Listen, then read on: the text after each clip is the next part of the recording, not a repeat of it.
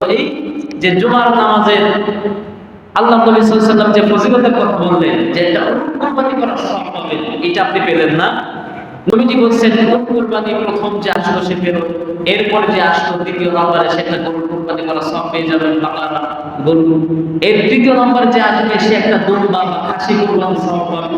এভাবে করে পর্যায়ক্রমে একটা মুরগির ডিম সর্বশেষ যে আসবে এটা মুরগির ডিম আল্লাহ রাস্তায় সদকা করলে যে সওয়াব হয় সেই সওয়াব আপনি পাবেন। তাহলে আমরা কি ওই ডিম সদকা করার সওয়াব পেতে চাই নাকি উট কুরবানির সওয়াব পেতে চাই? উট কুরবানি করার সওয়াব পেতে চাই, কারণ আমরা বড় জিনিস সবাই করতে চাই।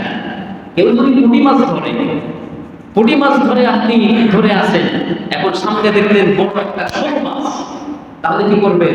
হাতে যদি 1 কেজি পুঁটিও থাকে, পুঁটি মাছ যদি 1 কেজিও হয়, এটা ফেলাইতে কি করবেন? আগে শোল মাছ ধরবেন। তো আমাদের প্রত্যেকে শুধু দুনিয়াকে লাভ বুঝতেই হবে না, আমাদের আখিরাতের কিছু লাভ আমাদের বোঝা উচিত। যে জুমার দিন সপ্তাহে একদিন এই পবিত্র দিনে যদি আমি আগে আসি, আল্লাহ হাবিব বলেছেন যে কোন একটা উট কুরবানি করা সব আল্লাহ তার নামে আমাদের দান করবে। সুবহানাল্লাহ। আর যদি মনে করলাম যে জুমার দিন এখন অনেক সময় আছে, 30-35 নামাজ হয়, 2-4-5 মিনিট আগে গেলেই সারা, এই মনে করে যদি খেলায় দৌড়তে আসি, তাহলে এই দুনিয়াবি লাভ আমরা বুঝলাম কিন্তু আখিরাতের লাভ আমরা বুঝলাম না, বড় একটা বোকামির পরিচয় দিলাম। এই জন্য জুমার দিনে আল্লাহ হাবিব সাল্লাল্লাহু আলাইহি ওয়াসাল্লাম তিনি উদ্বুদ্ধ করেছেন উম্মতদেরকে, সাহাবীদেরকে যে তোমরা আগে জুমার নামাজে আসবে এবং মসজিদে বসে তোমরা কথা বলবে না, খুতবা চলাকালীন সময়ে কথা বলবে না, একটা জিনিস নিয়ে নাড়াচাড়া করবে না। যখন আরবি খুতবা হয় অনেকে ওই সময় কথা বলে, মোবাইল দেবে, এদিক সেদিক তাকায়, নড়াচড়া করবে, এগুলি করা উচিত নয়। যখন সানি খুতবা হয়, আরবিতে যখন খুতবা দেওয়া হয়, তো এই জন্য আমাদের উচিত জুমার দিনে সবার আগে মসজিদে আসা। দ্বিতীয় কথা হলো, আজকের খুতবার আলোচ্য বিষয় হলো মুমিন জীবনে ইসলাম প্রতিষ্ঠিত করবার গুরুত্ব এবং ফজিলত। দেখুন, জিহাদ হচ্ছে একটি কোরআনের অর্থ, একটি শব্দ যার শাব্দিক অর্থ হচ্ছে প্রাণান্তকার চেষ্টা করা, প্রচেষ্টা করা, প্রতিটি ক্ষেত্রে চেষ্টা করা। এখন অনিসলামিক শাসন ব্যবস্থার মূলোৎপাটন করে সেখানে ইসলামিক শাসন ব্যবস্থাকে প্রতিষ্ঠিত করা, এটা হলো জিহাদের পারিভাষিক অর্থ। এর শাব্দিক অর্থ হচ্ছে চেষ্টা করা, প্রাণান্তকার চেষ্টা করা। আর জিহাদের পারিভাষিক অর্থ হলো অনিসলামিক শাসন ব্যবস্থার মূলোৎপাটন করে তাকে ধ্বংস করে ইসলামিক শাসন ব্যবস্থা, কোরআনী শাসন ব্যবস্থাকে প্রতিষ্ঠিত করা, এটাই হলো জিহাদের পারিভাষিক অর্থ। কেননা পৃথিবী জুড়ে আল্লাহ রাব্বুল আলামিন পবিত্র কোরআন কারীমের মধ্যে বলছেন যে ইন্নী জাইলুকা লিন-নাসি ইমাম। আল্লাহ রাব্বুল আলামিন হযরত ইব্রাহিম নবীকে বলেছিলেন যে হে আমার প্রিয় মাহবুব, আমার খলিল, আমি আপনাকে পৃথিবীবাসীর জন্য, পৃথিবীর উপরে আমি আপনাকে খলিল হিসাবে, আপনাকে আমি ইমাম হিসাবে নিযুক্ত করলাম, নেতা হিসাবে নিযুক্ত করলাম। আপনাকে এমন নেতা বানিয়েছি আমি যে কিয়ামত পর্যন্ত যত মানব দানব পৃথিবীর বুকে আগমন করবে আপনাকে নেতা মানতে হবে। এই জন্য মুসলমানেরাও ইব্রাহিম নবীকে নেতা মানে, তিনি জাতির পিতা। হিন্দুরাও তাদের ধর্মীয় বিভিন্ন আপনার আলোচনা করে দেখা যায় যে তারাও ইব্রাহিম নবীকে মানে, যারা খ্রিস্টান তারাও ইব্রাহিম নবীকে মানে, যারা ইহুদি তারাও ইব্রাহিম নবীকে মানে। অর্থাৎ পৃথিবীর বুকে যত মানব এবং দানব রয়েছে প্রত্যেকের ইমাম আল্লাহ রাব্বুল আলামিন ইব্রাহিম আলাইহিস সালামকে বানিয়েছেন। আর তিনি প্রতিষ্ঠিত করেছেন তার জীবন এবং তার জীবন দশায় আল্লাহর বিধানকে। এই জন্য রাব্বুল আলামিন কোরআনে কারীমের মধ্যে ইব্রাহিম নবীর ব্যাপারে বলেছেন, আল্লাহ রাব্বুল আলামিন বলেছেন, আপনি বলুন ইন্না সালাতি ওয়া নুসুকি ওয়া মাহইয়ায়া ওয়া মামাতি লিল্লাহি রাব্বিল আলামিন।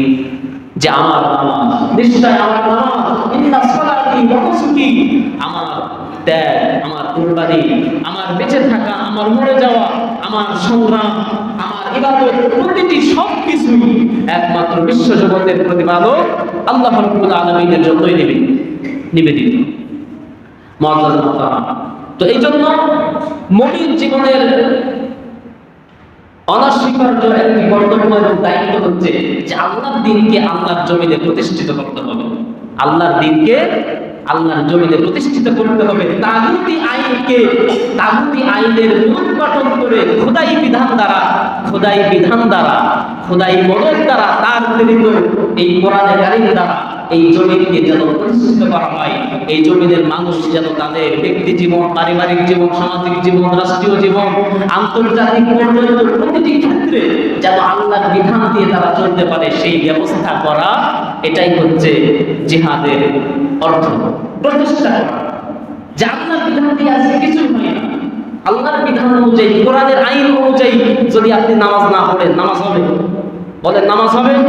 কোরআনের বিধান অনুযায়ী যদি আপনি হজ না করেন, হজ কবুল হবে না। কোরআনের বিধান অনুযায়ী যদি আপনি রোজা না করেন, রোজা কবুল হবে না। তাহলে কোরআনের বিধান অনুযায়ী যদি আপনি ইবাদত না করি, পরকালীন ইবাদত সেটা যেমন কবুল হবে না। কোরআনের বিধান অনুযায়ী যদি আমি আপনি আপনার জীবনকে পরিচালনা না করি, তাহলে আপনার এই জীবনটা ব্যর্থ জীবন। এই জীবনে আল্লাহর কাছে কোনো দাম নাই। কারণ আল্লাহ রাব্বুল আলামিন বলেন যে ওয়ামা খালাকতুল জিন্না ওয়াল ইনসা ইল্লা লিয়াবুদুন। আল্লাহ বলেন আমি মানুষ আর জিনকে শুধুমাত্র কেবলমাত্র আমার ইবাদত করার জন্য সৃষ্টি করেছি, আমার বন্দেগী করার জন্য সৃষ্টি করেছি। আল্লাহর বন্দেগী শুধু নামাজ পড়াই আল্লাহর ইবাদত নয়, শুধু রোজা করাই আল্লাহর ইবাদত নয়, শুধু হজ করাটাই আল্লাহর ইবাদত নয়। নামাজ আদায় করা যেমন আল্লাহর ইবাদত, হজ করা যেমন আল্লাহর ইবাদত, যাকাত দেওয়া যেমন আল্লাহর ইবাদত, সিয়াম সাধনা করা যেমন আল্লাহর ইবাদত, আল্লাহর দ্বীনকে আল্লাহর জমিনে প্রতিষ্ঠিত করাটাও যেমন আল্লাহর ইবাদত। নামাজ পড়লেন কিন্তু আল্লাহর দ্বীনকে প্রতিষ্ঠিত করলেন না, তাহলে আপনি নামাজের ইবাদত করলেন কিন্তু আল্লাহ পাক বললেন যে আমার কোরআনকে ইনিল হুকমু ইল্লা লিল্লাহ, হুকুম চলবে কার? আল্লাহ রাব্বুল আলামিনের। আল্লাহ বলছেন যে ইনিল হুকমু ইল্লা লিল্লাহ, আমার আল্লাহ তা'বুদু ইল্লা ইয়া। আল্লাহ বলছেন যে হুকুম চলবে কেবলমাত্র আমার। তোমার ব্যক্তি জীবনে হুকুম চলবে আমার, সামাজিক পর্যায়ে হুকুম চলবে আমার, রাষ্ট্রীয় পর্যায়ে হুকুম চলবে আমার। কিন্তু আমরা কি করছি? মাথায় টুপি, মুখে দাড়ি, গায়ে লম্বা জুব্বা, আবার দাড়িতে মেহেদি করা, সব কিছু ঠিক আছে, কিন্তু আল্লাহর আইন সমাজে বাস্তবায়িত হবে এটা আমরা চাই না। অনেকে চাইলেও এর পেছনে আমাদের কোনো অবদান নাই। অনেকে চায় যে আল্লাহর বিধান দ্বারা পৃথিবী চলুক, দেশ চলুক, কিন্তু কোনো প্রচেষ্টা নাই, কোনো মুজাহাদা নাই, কোনো চিন্তা নাই, ফিকির নাই। তাহলে এই চিন্তা ফিকিরের আপনি না করার কারণে আপনার দিন দায়িত্বের আল্লাহর কাছে কোনো মূল্য নেই। দেখুন আল্লাহ রাব্বুল আলামিন বলেছেন ওমা লাকুম লা তুকাতিলুনা ফি সাবিলিল্লাহি। আল্লাহ পাক বলেছেন হে ঈমানদারেরা, হে দুনিয়াবাসীরা, হে মুসলমানেরা, ওমা লাকুম তোমাদের কি হলো, লা তুকাতিলুনাকুম ফি সাবিলিল্লাহ, তোমাদের কি হলো যে তোমরা আমি আল্লাহর রাস্তায় জিহাদ করছো না, আমার দ্বীনকে প্রতিষ্ঠিত করবার জন্য তোমরা লড়াই করছো না, সংগ্রাম করছো না, আমার বিধান দ্বারা পৃথিবী চলুক, আমার হুকুম প্রতিষ্ঠিত হোক, এই জন্য তোমরা লড়াই করছো না। কেন? তোমাদের কি হলো?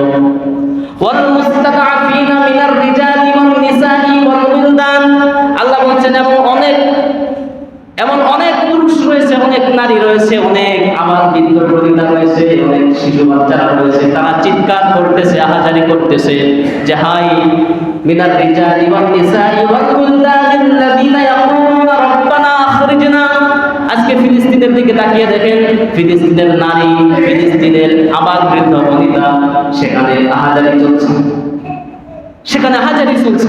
তারা বলছে রব্বানা আখরিজনা মিন হাযিহিল ক্বরিয়াতিজ যালিমিহা। তারা আল্লাহর কাছে ফরিয়াদ করে বলছে আল্লাহ আপনি আমাদেরকে এই জালেমের সম্প্রদায় থেকে, এই জালেমের এলাকা থেকে, তাদের কবর থেকে আপনি আমাদেরকে রক্ষা করুন, বাঁচান। আমাদের জন্য একজন অভিভাবক, একজন নেতা, একজন ইমাম আমাদের জন্য আপনি নির্ধারণ করুন, যারা আমাদেরকে এই জালেমের অত্যাচার থেকে রক্ষা করতে পারে, বাঁচাতে পারে।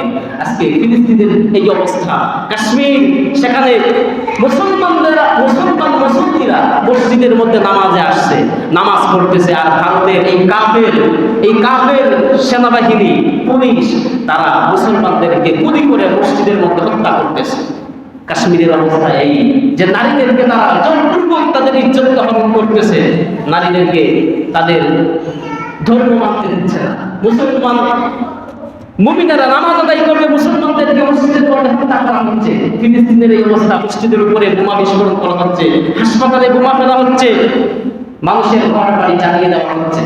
তো এইভাবে শুধু কাশ্মীর ফিলিস্তিন নয়, পৃথিবীর সর্বত্রই, পৃথিবীর সব জায়গায় মুসলমানেরা আজকে নির্যাতিত নিষ্পেষিত।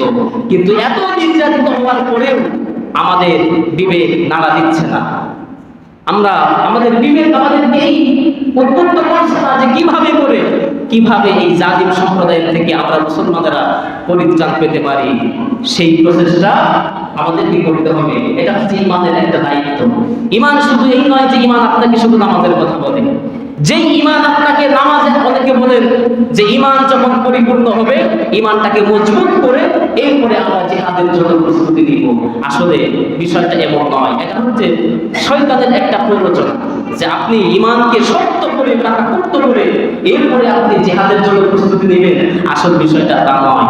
আসল বিষয়টা কি? আল্লাহ রাব্বুল আলামিন মুমিনদেরকে যেভাবে নামাজের জন্য বলেছেন, সেভাবে মুমিনদেরকে তিনি রোজার কথা বলেছেন। ঠিক একইভাবে মুমিনদেরকে তিনি হজ করার জন্য বলেছেন। তো যেই ঈমান দিয়ে নামাজ আদায় করা যায়, যেই ঈমান দিয়ে হজ করা যায়, যেই ঈমান দিয়ে রোজা করা যায়, সেই ঈমান দিয়ে আল্লাহর রাস্তায় জিহাদও করা যায়। ঠিক কি না? যে ঈমান দিয়ে আপনি নামাজ পড়তে পারলেন, ওই ঈমান দিয়ে যদি আল্লাহর রাস্তায় জিহাদ করতে না পারেন, মনে করেন এই ঈমান আপনার ঈমান নয়। যেই ঈমান দিয়ে আপনি এত কষ্ট করে 17 ঘন্টা রোজা করতে পারেন, 16 ঘন্টা রোজা করতে পারেন, সেই ঈমান দিয়ে যদি আপনি জিহাদের জন্য প্রস্তুতি না নিতে পারেন, তাহলে এই ঈমান আপনার ঈমান নয়। যে ঈমান দিয়ে 7 লক্ষ টাকা খরচ করে আপনি পবিত্র কাবা ঘরের হজ করতে পারেন, সেই ঈমান দিয়ে যদি আপনি যুদ্ধের জন্য চিন্তা ফিকির না করেন, জিহাদের জন্য প্রস্তুতি গ্রহণ না করেন, এই ঈমান আপনার ঈমান নয়। আমরা সব করতে রাজি, 7 লাখ 8 লাখ 10 লাখ টাকা খরচ করে হজ করি, কিন্তু জিহাদের কোনো চেতনা আমাদের মধ্যে আমরা লালন করি না। আল্লাহর দ্বীনকে প্রতিষ্ঠিত করতে হবে এই জমিনে, আল্লাহর জমিনে আল্লাহর দ্বীন প্রতিষ্ঠিত হোক, জিন্দা হোক, এই চিন্তা আমাদের মধ্যে কাজ করে না। তাহলে এই যে হজ, এই যাকাত, এই নামাজ, এই রোজা আমাদের জন্য অনুভব হয়ে আসবে। আল্লাহ রাব্বুল আলামিন কোরআন কারীমের মধ্যে বলছেন, আল্লাহ রাব্বুল আলামিন বলছেন, বান্দারে শোনো, আম হাসিবতুম আন তাদখুলুল জান্নাতা ওয়া লাম্মা ইয়াতিকুম মাসালুল লাযীনা খালাউ মিন ক্বাবলিকুম মাসাতুহুমুল বাসাউ ওয়াদ-দাররাউ ওয়া যুলজিলু হাত্তা ইয়াকুলার রাসূল। আল্লাহ বলেন, আম হাসিবতুম আন তাদখুলুল জান্নাহ, ও মুমিন বান্দারা, ও মুসলমানেরা, ও হাজী সাহেবেরা, ও রোজাদারেরা, ও যাকাত দেওয়ালারা, ও মুসল্লিরা, সবাইকে আল্লাহ পাক ডেকে বলছেন, আম হাসিবতুম, তোমরা কি এইটা মনে করো নাকি, তোমরা কি এইটা ধারণা করো নাকি, আন তাদখুলুল জান্নাহ, যে শুধু হজ করে জান্নাতে চলে যাবে, শুধু নামাজ আদায় করলে জান্নাতে চলে যাবে, শুধু যাকাত দিলে বছরে একবার জান্নাতে চলে যাবে, বছরে 12 মাসে 1 মাস রোজা করলে জান্নাতে চলে যাবে? না না, এত সহজে তোমাদেরকে জান্নাত দেওয়া হবে না। শুধু নামাজ পড়ে রোজা করে জান্নাত পাওয়া যায় না। আল্লাহ রাব্বুল আলামিন বলছেন, ওয়ালাম্মা ইয়াতিকুম মাসালুল লাযীনা খালাউ মিন ক্বাবলিকুম, শুধু নামাজ রোজা হজ যাকাত দিয়ে তোমরা জান্নাত কিনতে পারবে না। আল্লাহ বললেন, এমন পরিস্থিতির সম্মুখীন তোমাদেরকে হতে হবে যেমন পরিস্থিতির মোকাবেলা করেছেন তোমাদের পূর্বপুরুষ, তোমাদের নবী রাসূলগণ। আমাদের পূর্বপুরুষ সাহাবীরা, নবী রাসূলরা, তারা যেই সমস্যার সম্মুখীন হয়েছেন, তারা যে বিপদের সম্মুখীন হয়েছেন, যুদ্ধের মোকাবেলা তাদেরকে করতে হয়েছে। ওই মোকাবেলা যতক্ষণ পর্যন্ত তোমরা না করবে, ততক্ষণ পর্যন্ত তোমরা জান্নাতবাসী হতে পারবে না। আমরা মনে করি নামাজ পড়ি, এতদিন ধরে নামাজ পড়তেছি, যাকাত সব করি, আমাকে জান্নাতে যেতে ঠেকাই। অথচ আল্লাহ বলছেন যে সাহাবীরা যেভাবে কষ্ট করেছেন, দ্বীনের জন্য মুজাহাদা করেছেন, নবীরা পর্যন্ত তারা কি বলতো, মাসাতুহুমুল বাসাউ ওয়াদ-দাররাউ ওয়া যুলজিলু হাত্তা ইয়াকুলার রাসূল। আল্লাহ বলছেন যে তাদেরকে কষ্ট এমন ভাবে পাকড়াও করত, কষ্ট তাদেরকে এমন ভাবে পাকড়াও করত, শয়তানি গোষ্ঠী, শয়তানেরা, কাফের মুশরিকরা মুসলমানদেরকে এমন ভাবে নির্যাতন করত, পাকড়াও করত, যে তারা এক পর্যায়ে তারা বলতো কি, মাতা রাসূলুল্লাহ, যে আল্লাহর সাহায্য কখন আসবে? এখন ফিলিস্তিনের যে অবস্থা, ফিলিস্তিনের মুসলমানরা এখন কি করছে? শুধু আল্লাহর সাহায্যই কামনা করছে যে আল্লাহ আপনার পক্ষ থেকে কখন সাহায্য আসবে, কখন আপনি আমাদের কেমন একজন নেতা দিবেন, যেই নেতা পেছনে আমরা স্লোগান দিয়ে, যেই নেতা আমরা মুরিদ হলে পরে সেই নেতা আমাদেরকে এই বিপদ থেকে উদ্ধার করতে পারেন। এমন একজন শাসক, এমন একজন নেতা, এমন একজন মুরব্বী, এমন একজন পীর আপনি আমাদেরকে কখন দিবেন। এই চিন্তায় তারা বিভোর, তারা শুধু আল্লাহকে ডাকতেছে, আল্লাহ এই বিপদ থেকে আপনি আমাদেরকে উদ্ধার করেন। আমরা তো খুব আরামে আছি, আমরা মুসলমানেরা খুব আরামে আছি, কোনো বিপদ নাই, আপদ নাই, যুদ্ধের মোকাবেলা নাই, সমানে নামাজ পড়তেছি আর জিকির করতেছি, আর মনে করছি আমরা মুসলমান, আমরা জান্নাতবাসী হয়ে যাবো। অথচ আল্লাহ বলছেন যে এইরকম বিপদের সম্মুখীন তোমাদেরকে হতে পারে, এই বিপদের মোকাবেলা তোমাদেরকে করতে হবে ধৈর্য এবং সহিংসতার সাথে। কাফির মুশরিকদের সঙ্গে লড়াই করতে হবে। আল্লাহ রাব্বুল আলামিন বলেছেন, ওয়াকাতিলু ফি সাবিলিল্লাহিল্লাযীনা ইউকাতিলুনাকুম ওয়া লা তা'তাদু। আল্লাহ বলেছেন, মুমিন বান্দারা তোমরা কাফির মুশরিকদের সঙ্গে যুদ্ধ করো, জিহাদ করো, তাদের সঙ্গে যুদ্ধ করো যারা তোমাদের সঙ্গে যুদ্ধ করে লড়াই করে। এখন জিহাদের কথা আল্লাহ পাক বলছেন যে তার মানে তো এই না যে রাস্তাঘাটে আপনি একটা হিন্দু পেলেন, বিধর্মী পেলেন আর তাকে আপনি জবাই করে দিবেন, এমনটি নয়। আল্লাহ বলছেন যে যেই ব্যক্তি বা যারা তোমাদের সঙ্গে লড়াই করে জিহাদ করে তাদের সঙ্গে তোমরাও লড়াই করো, জিহাদ করো। ওয়ালা তা'তাদু, কিন্তু খবরদার সীমা লঙ্ঘন করিও না, সীমা লঙ্ঘন করো না। যে তোমাদেরকে কিছু করে না, যেই হিন্দু বা যেই বিধর্মীরা তোমাদের কোনো ক্ষতি করে না, তাদেরকে তোমরা কোনো ক্ষতি করতে যেও না। কিন্তু যারা তোমাদের উপর আক্রমণ করে তাদের উপরে তোমরা আক্রমণ করো, তোমরাও তাদের সঙ্গে যুদ্ধ করো, জিহাদ করো। প্রিয় মুসলমান ভাইরা, দেখুন যুদ্ধ, জিহাদ, জিহাদ মানেই আমরা মনে করি যে শুধু মানুষ কাটবো, এইটা না। আসলে জিহাদ মানেই শুধু কাটাছেঁড়া, বোমা ফেলানো, এটা নয়। জিহাদ মানে হলো চেষ্টা করা, প্রাণান্তকর চেষ্টা করা। এখন আমরা আমাদের বাংলাদেশের মুসলমান, আমাদের তো এরকম এখনো পরিস্থিতি আসে নাই যে আমরা যুদ্ধ করব, আমরা হত্যা করব, কিতাল করব। কিতাল হচ্ছে যুদ্ধ করা, মানে হত্যা করা, এটা হচ্ছে কিতাল, যে বিধর্মীদেরকে হত্যা করা। আরেকটা হলো জিহাদ, যার অর্থ হলো প্রাণান্তকর চেষ্টা করা। তবে আমরা যে মুসলমান, বাংলাদেশের যে মুসলমান, আমাদের উচিত হলো জিহাদ করা, অর্থাৎ প্রাণান্তকর চেষ্টা করা যে আল্লাহর জমিনে আল্লাহর দ্বীন প্রতিষ্ঠিত হোক। আপনি এমন কোন দল করবেন না যেই দল আল্লাহর জমিনে আল্লাহর দ্বীন প্রতিষ্ঠিত হোক এর বিরোধিতা করে, এরকম দল আপনি করতে পারেন না। যদি করেন তাহলে আপনি মুসলমান, কিন্তু আপনি মুনাফিক মুসলমান। কারণ আপনার নেতা, আপনার লিডারেরা, তাদের চিন্তাধারা এবং তাদের আদর্শই হলো ইসলামের পরিপন্থী আদর্শ। ইসলাম কিভাবে দেশ থেকে বিতাড়িত করা যায়, এই মৌলবাদ কিভাবে ধ্বংস করা যায়, তাদেরকে কিভাবে ওই পাকিস্তানে পাঠিয়ে দেওয়া যায়, এই চিন্তাধারাই হচ্ছে তাদের চিন্তাধারা। তো এইরকম দল যদি আপনি বলেন তাহলে আপনি মুসলমান, কিন্তু আপনি মুনাফিক মুসলমান। কাজে এইরকম দল আপনাকে করতে হবে, এইরকম পীরের মুরিদ আপনাকে হতে হবে যাদের চিন্তাধারা হলো যে আল্লাহর জমিনে আল্লাহর দ্বীন প্রতিষ্ঠিত হোক। এই চিন্তাধারা যারা লালন করে তাদের সঙ্গে সঙ্গ দিবেন। আর যদি আপনি ওদের সঙ্গে সঙ্গ দেন তাহলে আপনি মুসলমান, মুনাফিক মুসলমান। দেখেন আল্লাহ রাব্বুল আলামিন সহজভাবে জান্নাতে যাওয়ার একটা রাস্তা বাদ দিয়ে দিচ্ছেন। আল্লাহ রাব্বুল আলামিন বলছেন সূরা বাইয়িনার মধ্যে বলছেন, ইয়া আইয়ুহাল্লাযীনা আমানু হাল আদুল্লুকুম আলা তিজারাতিন তুনজিকুম মিন আযাবিন আলীম। আল্লাহ পাক মুমিনদেরকে বলছেন, ও ঈমানদারগণ, আল্লাহ পাক মুমিনদেরকে বলছেন, ইয়া আইয়ুহাল্লাযীনা আমানু, হে ঈমানদারগণ, হাল আদুল্লুকুম, আমি কি তোমাদেরকে বলবো না, এমন একটা রাস্তার কথা বলবো না, এমন একটা ব্যবসার কথা বলবো না। হাল আদুল্লুকুম আলা তিজারাতিন, তিজারাতুন মানে ব্যবসা, ব্যবসা মানে যেই এমন একটি ব্যবসা, ব্যবসা আমরা সবাই বুঝি যে ব্যবসায় লাভও আছে, লসও আছে, কিন্তু আল্লাহ পাক বলছেন যে তিজারাতান লান তাবুর, অন্য আয়াতে আসছে যে এমন একটা ব্যবসা আমি তোমাদেরকে শিখিয়ে দিচ্ছি যেই ব্যবসায় কোনো লসের কোনো চিন্তা নাই, লসের কোনো ভয় নাই। তিজারাতান এমন একটি ব্যবসা, লান তাবুর, কখনো সেই ব্যবসায় তোমরা ক্ষতিগ্রস্ত হবে না, লস হবে না। সেই ব্যবসাটি কি? ব্যবসা হলো হাল আদুল্লুকুম আলা তিজারাতিন তুনজিকুম মিন আযাবিন আলীম। ঈমানদারদেরকে আল্লাহ পাক ডেকে বলছেন, নামাজীদেরকে ডেকে বলছেন, মুসল্লিদেরকে ডেকে বলছেন, রোজাদারদেরকে ডেকে বলছেন, ও ঈমানদারগণ, তোমাদেরকে এমন একটা ব্যবসার কথা কি বলবো না যেই ব্যবসা করলে পরে তোমরা তুনজিকুম মিন আযাবিন আলীম, যন্ত্রণাদায়ক শাস্তি থেকে তোমরা রক্ষা পাবে এই ব্যবসাটা করলে। তাহলে এমন একটা ব্যবসা যেই ব্যবসা করলে পরে মুমিন বান্দারা আযাব থেকে মুক্তি পাবে, অর্থাৎ জাহান্নাম থেকে বাঁচবে। এইরকম একটা ব্যবসা আমাদের প্রত্যেকের করা দরকার, আছে না নাই? একটু কথা বলেন, এরকম ব্যবসা করার দরকার আছে না নাই? এখন আল্লাহ পাক বলছেন এই ব্যবসার মূলধন হলো তিনটি। কয়টি? ব্যবসার জন্য কিছু মূলধন থাকা লাগে না? একটা দোকান থাকা লাগে, একটু মেধা শক্তি থাকা লাগে, একেবারে বোকা আবা কাবা। একে যদি আপনি লাখ টাকা দিয়ে কোটি টাকা দিয়ে ব্যবসায় বসাই দেন, দেখবেন মাস যেতে না যেতেই ওর ব্যবসার দোকানের সামনে 3-4টা লাল বাতি জ্বলবে, ঠিক কিনা? যে কিছুই বোঝে না। তো ব্যবসার জন্য কিছু মূলধন থাকা চাই। তো আল্লাহ পাক বলছেন এই ব্যবসার মূলধন হলো তিনটি। কয়টি? এক নাম্বার হলো তুমিনুনা বিল্লাহ। এক নাম্বার মূলধন হলো তোমাদের ঈমান আনতে হবে আমি আল্লাহর উপরে। সব কাজে সব জায়গায় আমি আল্লাহর উপরে তাওয়াক্কুল করতে হবে, ভরসা করতে হবে। ফাতাওয়াক্কালু আলাল্লাহি ইন কুনতুম মুমিনিন। আল্লাহ বলছেন যদি তোমরা মুমিন হও, যদি তোমরা নিজেদেরকে মুমিন হিসাবে পরিচয় দিতে চাও, তাহলে সব কাজে সব জায়গায় আমি আল্লাহর উপরে ভরসা করো। ফাতাওয়াক্কালু আলাল্লাহ, আল্লাহর উপরে সব জায়গায় ভরসা করতে হবে। ইন কুনতুম মুমিনিন, যদি মুমিন হও।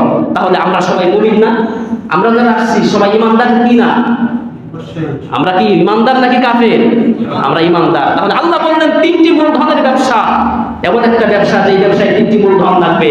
এক নাম্বার হচ্ছে আল্লাহর উপরে ঈমান। তাহলে আমাদের এই একটা মূলধন আছে তো সবার? একটা সবার মধ্যেই আছে যে আমরা ইমানদার। দ্বিতীয় নম্বরে রব্বুল আলামিন বললেন তুমিনুনা বিল্লাহি ওয়া রাসূলিহি। শুধু আমার উপরে ঈমান আনলে হবে না, আমি যাকে রাসূল হিসেবে পাঠিয়েছি, যাকে মহৎ পুরুষ হিসেবে তোমাদের কাছে পাঠিয়েছি, ওই মুহাম্মদ সাল্লাল্লাহু আলাইহি ওয়াসাল্লামের উপরে পূর্ণ বিশ্বাস রাখতে হবে। তার উপরে যেমন বিশ্বাস রাখতে হবে, তেমনি তাকে মহব্বত করতে হবে। আতিউল্লাহ ওয়া আতিউর রাসূল। তোমরা আমি আল্লাহর বেশি আছে, কিন্তু আমি আল্লাহর আনুগত্য করবে এবং আমার রাসূলের আনুগত্য করবে। ইয়া মুআদিকুম ওয়া মুফসিকুম, যে আমার রাস্তায় জিহাদ করবে, জান দিয়ে মাল দিয়ে। আল্লাহ রাসূলের বিধান যদি আপনি না মানেন, আল্লাহ সে আরেকটা সাহিত্য যদি আপনি না করেন, কিভাবে আল্লাহ করবে? এই জন্য আল্লাহ বলেছেন যে পীর করতে হয়, পীর না করলে তুমি মিন আযাবিন আলীম, শাস্তি দিয়ে আল্লাহ পাবে। এটা একটা মিথ্যা কথা, ভুয়া কথা। রাসূল ধরলে আল্লাহ পাবেন, কিন্তু পীর না ধরলে আপনি আল্লাহ পাবেন না, এমনকি নয়। তবে হ্যাঁ, পীর হচ্ছে ওস্তাদ, শিক্ষক।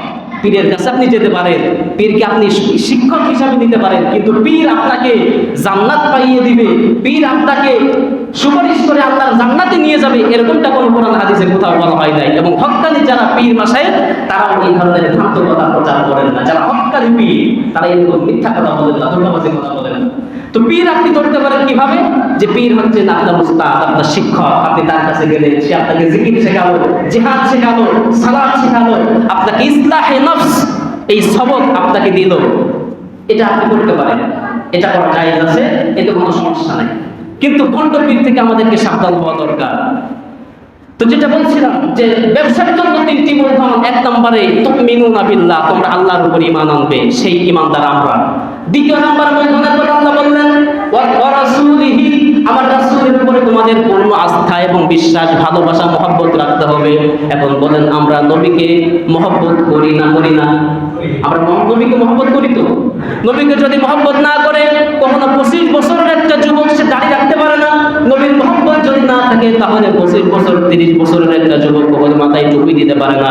নবীর মহব্বত যদি না থাকে, কখনো 25, 30, 35 বছরের একটা ছেলে, অবিবাহিত ছেলে যে কলেজে পড়ে, ভার্সিটিতে পড়ে, সে কখনো লম্বা লম্বা চুল, পাপড়ি চুল রাখতে পারে না। নবীর মহব্বত যদি না থাকে, কখনো একজন শিক্ষিত ডক্টর সে তার সামনের পকেটে মিসওয়াক রাখতে পারে না। নবীর মহব্বত যদি না থাকে, কখনো শীতের দিনে ঠান্ডার সময় ঠান্ডা পানি দিয়ে ওযু করে আল্লাহর নবীর জন্য 2 রাকাত সুন্নাত নামাজ পড়তে পারে না। নবীর মহব্বত যদি না থাকে, এইভাবে করে নবীর অনুসরণ তার মধ্যে থাকে না, তাহলে আমরা নামাজে যারা আসছি সবাই নবীর অনুসরণ করি, মহব্বত করি, ঠিক কিনা? তাহলে আমাদের মধ্যে 2টি ধন পাওয়া গেল। একটা হলো আল্লাহর উপর ঈমান, আর দ্বিতীয় নাম্বার হলো রাসূলের প্রতি ঈমান এবং পূর্ণ আস্থা এবং মহব্বত। এই 2টি আমাদের মধ্যে আছে। তৃতীয় নাম্বার মূলধন, সেটা আল্লাহ রাব্বুল আলামিন বলছেন ওয়া তুজাহিদুনা ফি সাবিলিল্লাহি বিআমওয়ালিকুম ওয়া আনফুসিকুম। আল্লাহ তৃতীয় নাম্বার মূলধনের কথা বললেন। 3 নাম্বার তোমার ব্যবসার জন্য মূলধন লাগবে, সেটা হলো ওয়া তুজাহিদুনা ফি সাবিলিল্লাহ, আমি আল্লাহর রাস্তায় জিহাদ করো, যুদ্ধ করো। আমি আল্লাহর রাস্তায় জিহাদকে আমার জমিনে প্রতিষ্ঠিত করবার জন্য তোমার জান এবং মাল দিয়ে প্রাণ দেওয়ার চেষ্টা করবে। প্রতিষ্ঠিত করবার জন্য তোমার জান এবং মাল দিয়ে প্রাণ দেওয়ার চেষ্টা করবে। এবার আমরা বলেন তো, আপনারা বলেন তো, আল্লাহর দিনের কি আল্লাহ বাঁচাই দিয়েছি আমরা? আল্লাহর দিন আল্লাহর জমিনে প্রতিষ্ঠিত হোক, কোরআনের আইন এই পৃথিবীতে, শুধু বাংলাদেশ না সমগ্র পৃথিবীতে প্রতিষ্ঠিত হোক, এই চিন্তাধারা আমাদের কয়জনের মধ্যে আছে? আর আমরা কয়জন সেই জন্যে আমাদের অর্থকে ব্যয় করি, আমরা আমাদের সময়কে ব্যয় করি, শক্তি ব্যয় করি? কেউ বলতে পারবো না যে আমি আল্লাহর দিনকে প্রতিষ্ঠিত হোক এই জমিনে, এই জন্য আমরা আমার জীবনকে উৎসর্গ করেছি। আমার জীবনে যাই হোক না কেন আল্লাহর দিন প্রতিষ্ঠিত করে ছাড়বই। ওই যে মরহুম আল্লামা সাঈদী রহমাতুল্লাহ আলাইহি উনি বলেছিলেন যে একটা বিল্ডিং তো এমনিতেই প্রতিষ্ঠিত হয় না, একটা বিল্ডিং 100 তলায় যে 20 তলা বিল্ডিং এমনিতেই খাড়া হয় নাই। এই বিল্ডিংকে খাড়া করবার জন্য অসংখ্য পোড়া ইট, আস্ত ইটকে ভেঙে ওটাকে মশলা বানিয়ে এটাকে শত শত ফিট মাটির নিচেই তাকে যেতে হয়েছে। অনেক ইটকে, আস্ত ইটকে ভাঙতে হয়েছে, এরপরে অনেক রড তাকে বাঁকা হতে হয়েছে, গোড়া হতে হয়েছে, তারা মাটির নিচে গিয়ে এরপরে একটার উপরে একটা ইট আস্তে আস্তে আস্তে করে আজকে 20 তলা বিল্ডিং হয়েছে। তো একটা বিল্ডিং যেমন তার নিচেই অনেককে যেতে হয়েছে, ঠিক অনুরূপভাবে আল্লাহর দিনকে প্রতিষ্ঠিত করতে গেলেও অনেক প্রাণকে, তাজা প্রাণকে দিনের জন্য কোরবানি হতে হবে, তাদের বুকের তাজা রক্তকে রাজপথে ঢেলে দিতে হবে। এরপরে একদিন দেখা যাবে আস্তে আস্তে করে আল্লাহর দিন আল্লাহর জমিনে প্রতিষ্ঠিত হয়ে যাবে। সুবহানাল্লাহ। এই জন্য প্রিয় মুমিন, তাহলে 3টি মূলধনের কথা আল্লাহ পাক বললেন। একটা হলো আল্লাহর উপরে ঈমান, আমরা এনেছি ঈমান। দ্বিতীয় নম্বর হলো আল্লাহ রাসূলের প্রতি ঈমান এবং পূর্ণ মহব্বত, আস্থা, ভালোবাসা, সেটাও আমাদের রাখতে চাও। এই 3টা মূলধনের ব্যবসা করে এরপরে এই বিপদ থেকে, এই শাস্তি থেকে তুমি বাঁচতে পারবা, এছাড়া বাঁচার কোনো উপায় নাই।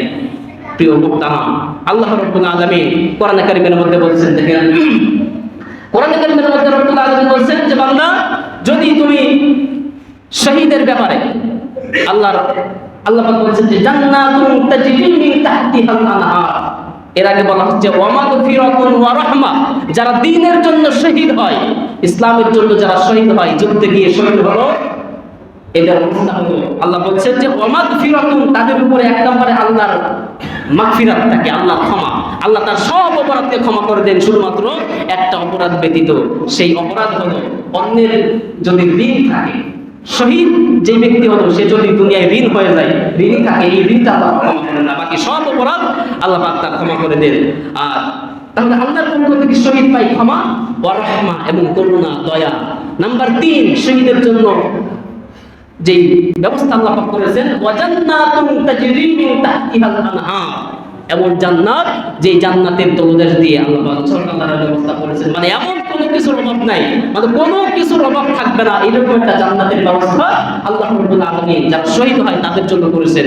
তো প্রিয় উপস্থিতি, যদি জান্নাত পেতে হয় এবং বিপজ্জনক শাস্তি থেকে যদি আমাকে আপনাকে বাঁচতে হয়, তাহলে এই 3টি মূলধনের ব্যবসা আমাদেরকে চালিয়ে যেতে হবে আমৃত্যু। যতদিন পর্যন্ত মৃত্যু না আসবে, আল্লাহ রাব্বুল আলামিন কোরআন কারীমের মধ্যে বলছেন যে হাত্তা ইয়াতিয়াকাল ইয়াকিন। নবীকে ডেকে বলছেন, হে রাসূল, আপনি আমার পথে দাওয়াত দেন, আমার দ্বীনের সংগ্রাম করুন, আমার দ্বীনকে প্রতিষ্ঠিত করুন, দাওয়াত করুন, দাওয়াত দিতে থাকুন। কতক্ষণ পর্যন্ত? হাত্তা ইয়াতিয়াকাল ইয়াকিন, মালাকুল মাউত যতদিন পর্যন্ত আপনার মাথার শিওরে না আসতেছে, ততদিন পর্যন্ত আমার দ্বীনের এই দাওয়াতের কাজ আপনি চালিয়ে যান। সুবহানাল্লাহ। তো নবীকে বলার অর্থ শুধু নবীকেই না, নবীকে বলার অর্থ নবীকে এবং সাহাবীদেরকে, সেই সঙ্গে সমগ্র উম্মতে মুহাম্মাদীকে এই আহ্বান আল্লাহ রাব্বুল আলামিন করেছেন যে মৃত্যু অবধি তোমাদেরকে এই প্রাণোত্তর চেষ্টা করতে হবে। আপনি চাকরি করেন, আপনার সেখানে আপনার চেষ্টা করতে হবে, প্রত্যেকেই নামাজের দাওয়াত দিতে হবে। আপনি ব্যবসা করেন, আপনার ব্যবসায়ী, আপনার দোকানে যারা কর্মচারী আছে, প্রত্যেকেই নামাজের দাওয়াত দিবেন, দ্বীনের দাওয়াত দিবেন। দ্বীনের দাওয়াত মানে শুধু নামাজি হলেই সে দ্বীনদার হয়ে গেল এমনটি নয়। অনেক নামাজি আছে, মাথায় টুপি আছে, ব্যবসায়ী 2 নম্বরই করে, তো তার মধ্যে তো দিন নাই, ধর্ম নাই। অনেক চাকরিজীবী আছে, খুব ভালো চাকরি বাকরি করেন, সুদ ঘুষের সঙ্গে লেনদেন নাই, কিন্তু তারপরেও তার মধ্যে দিন নাই। বউ পর্দা করে না, মেয়ে পর্দা করে না, অথবা এভাবে করে বিভিন্ন ধরনের দিনের ঘাটতি তার মধ্যে পরিলক্ষিত হয়। তো এই জন্য প্রিয় উপস্থিতি, আজকের বিষয়টা হলো 2টি বিষয় আমাদেরকে মনে রাখতে হবে। একটা হলো বিপজ্জনক কষ্টদায়ক শাস্তি থেকে বাঁচতে হলে 3টি মূলধনের ব্যবসা, এবং যদি আমরা জান্নাত পেতে চাই তাহলেও এই 3টি মূলধনের ব্যবসা। 1 নম্বরে হলো ঈমান আল্লাহর উপরে, নাম্বার 2 রাসূলের উপরে, 3 নম্বরে প্রাণোত্তর প্রচেষ্টা করে যাওয়া আল্লাহর দ্বীনকে আল্লাহর জমিনে প্রতিষ্ঠিত করবার জন্য। আল্লাহ রাব্বুল আলামিন আমাদের সকলকেই এই মুজাহিদের মতো, এই চেতনা আমাদের মধ্যে লালন করার তৌফিক এনায়েত করুন। সকলে বলি আমিন।